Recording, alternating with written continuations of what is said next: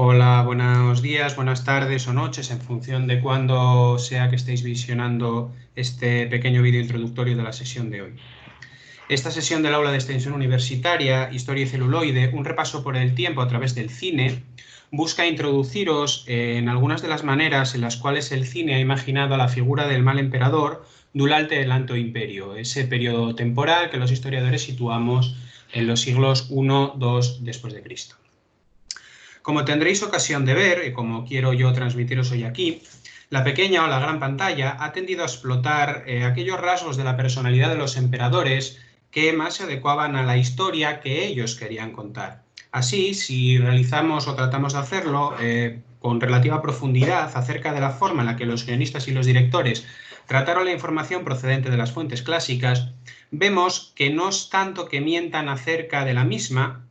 es decir, no mienten acerca de las informaciones procedentes de los autores clásicos, sino que reinterpretan lo que ellos dicen siempre en beneficio de unos intereses que generalmente suelen ser comerciales y o narrativos. El resultado de este proceso, ¿no? Intentando hacer un poco de historia global, es que se ha presentado al gran público, se ha tendido a hacerlo, unas figuras absolutamente exageradas de los emperadores romanos. Son, por lo general, personajes lascivos, excéntricos y amorales que no dudan en asesinar personalmente o en mandar eliminar a todos aquellos que puedan suponer una amenaza para su posición de preeminencia social.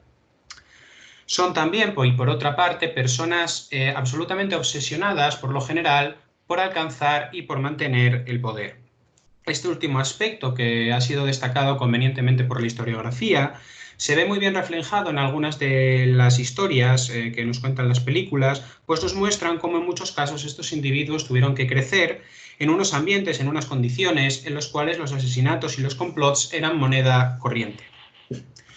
Dado el escaso tiempo del que disponemos, no quiero que el conjunto de todas las actividades que tenéis que realizar vaya más allá digamos, de la hora y media de duración, que era para lo que estaba inicialmente programado. Me he limitado a seleccionar una serie de fragmentos de películas y una serie que espero que conozcáis o que al menos os suene la mayor parte de ellas. Una sé que sí, porque es Yo, Claudio, y la habéis visto en la anterior sesión, y espero que con ellas podáis reflexionar acerca de cómo se suele presentar la figura del mal emperador. Evidentemente no pretendo en una simple sesión más que hablar de generalidades acerca de cómo se suelen representar estas figuras. Para tratar de hacer la muestra más representativa, las cintas van a abarcar aproximadamente 50 años dentro de la historia del cine, los que median prácticamente entre Quo Vadis, que es de 1951, y Gladiator del año 2000. Concretamente, las figuras de los emperadores sobre las cuales nos vamos a centrar van a ser Tiberio, que gobernó entre el 14 y el 37 después de Cristo, Calígula entre el 37 y el 41, Nerón entre el 54 y el 68 y finalmente Cómodo entre el 180 y el 192. Más que realizar aquí una larga sesión introductoria en la que os hable de la historia del cine o os contextualice de una forma más pesada, digamos, los principales acontecimientos que tuvieron lugar durante la vida de estos emperadores, voy a intentar contextualizaros simplemente aquellas escenas que tengáis que visionar, pues yo creo que esto os va a ayudar a entenderlas mejor. Eso en última instancia se notará mejor a la hora de que vosotros realicéis vuestras tareas. En concreto, la misma se encuentra explicada en el espacio destinado a esta sesión dentro del campus virtual del aula, y si tenéis alguna duda, pues no tenéis otra cosa sino que poneros en contacto conmigo a través de los medios informáticos.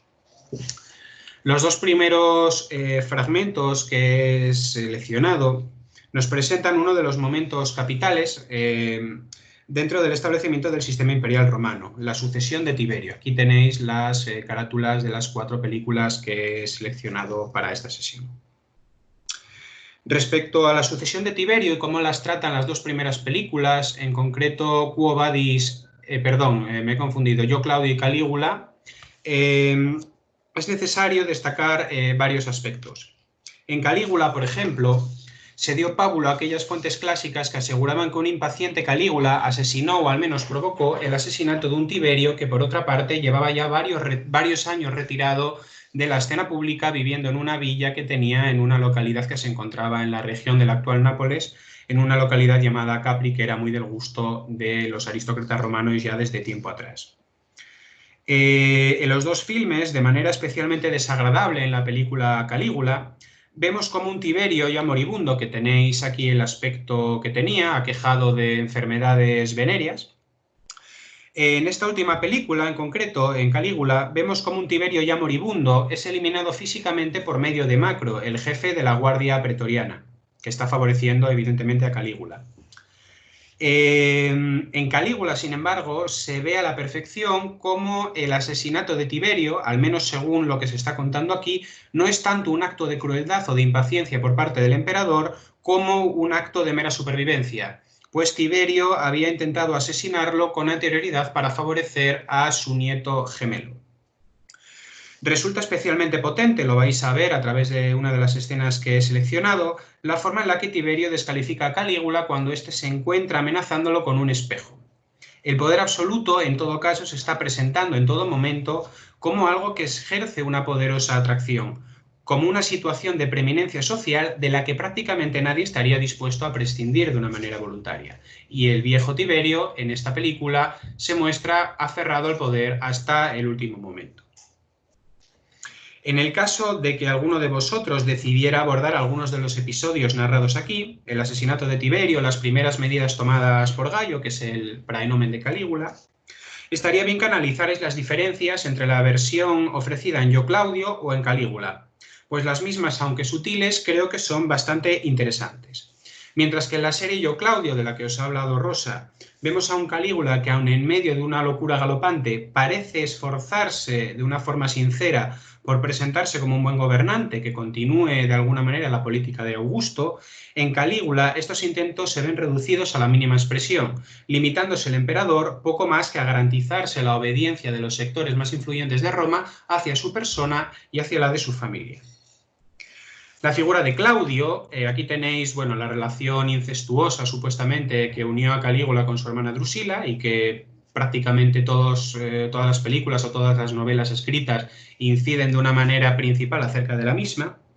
Pues como decía antes, la figura de Claudio, tal y como aparece en los fragmentos seleccionados, aquí tenéis a Giancarlo Bades interpretando a Claudio en el film Calígula, es también destacable y os invito a reflexionar brevemente sobre ella, a pesar de que no debemos incluirla en ningún caso entre los llamados malos emperadores.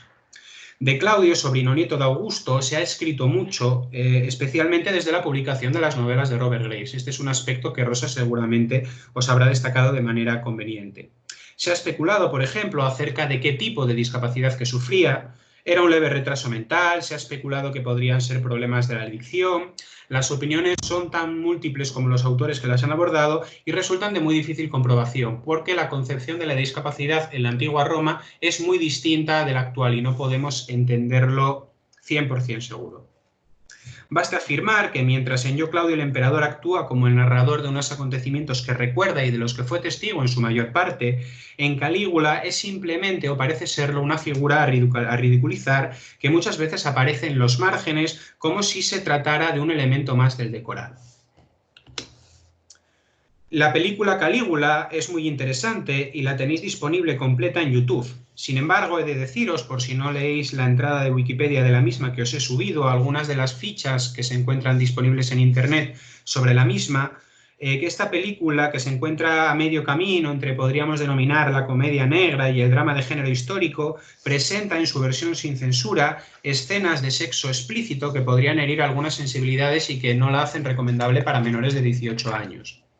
No obstante, la misma constituye, sin lugar a dudas, un hito dentro de la forma en la que Hollywood ha imaginado la vida de los emperadores romanos, sobre todo en este caso de un mal emperador romano.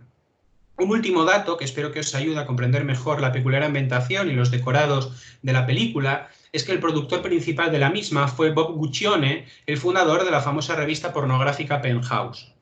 Aquí se presenta a la sociedad romana, especialmente a los sectores más elevados de la misma, de la manera más depravada posible, de la manera más depravada y cruel imaginable. Vemos cómo la sexualidad, la violencia y el trato inhumano de los otros, así como el esnovismo, son algunos de los vectores principales, prácticamente los únicos, sobre los que gira esta reconstrucción de la cúspide social de la Roma de mediados del siglo I después de Cristo. Quo Vadis es, sin duda, uno de los films que más ha influenciado en la visión que el gran público tiene de la Roma alto imperial. Enmarcada dentro de la que los expertos han denominado la era dorada de Hollywood, que abarca entre 1910 y 1960, es una auténtica maravilla de casi 3 horas de duración. La cinta es particularmente interesante porque nos muestra la compleja relación existente entre el joven emperador, Nerón, y una especie de cortesano ideal que se encuentra encarnada en la figura de Petronio. Aunque lo ideal sería ver la película entera, aquí tenéis a Petronio, he decidido centrarme solamente en la relación existente entre estos dos personajes, tal y como se ve en un recopilatorio de escenas de fácil acceso en YouTube, y que evidentemente tenéis disponible en la carpeta que he titulado Recursos. Fijaos cómo se presenta una imagen de la Roma imperial en la que todo parece gravitar en torno al palacio, y donde una personalidad paranoica e infantil se muestra todo el tiempo necesaria de una voz que refrende sus pensamientos y que los guíe. Esta voz, en muchos casos la de Petronio, le transmite cuál es la manera correcta de proceder, evitando así que el comportamiento errático del emperador traiga consecuencias negativas para la ciudad de Roma.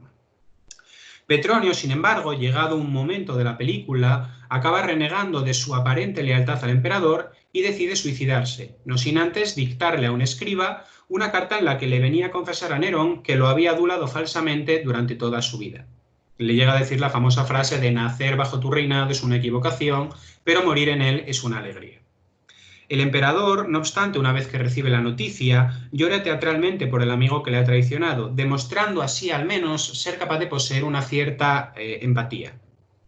Cualquiera de las escenas que elijáis comentar dentro de esta película creo que os dará mucho juego para retratar la peculiar personalidad con la que se retrata a este emperador, que ha sido tradicionalmente denostado por parte de la historiografía, pero que desde hace aproximadamente unos 20 años se están haciendo importantes esfuerzos en recuperar su figura. En ningún caso sería de tan malo como habitualmente se ha pintado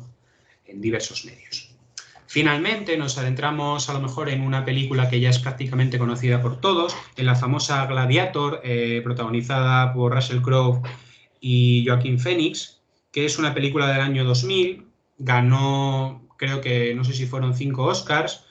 y que se caracteriza por realizar, como algunas de las anteriores, una adaptación que podríamos considerar muy libre de lo afirmado por algunas fuentes clásicas. Fuentes clásicas que siempre se muestran muy contrarias a Comodo. Este aspecto suele ser común a los últimos emperadores de una dinastía. Pasa con el caso de Nerón, pasará con el caso de Domiciano y evidentemente, como hemos comentado antes, pasa con Comodo.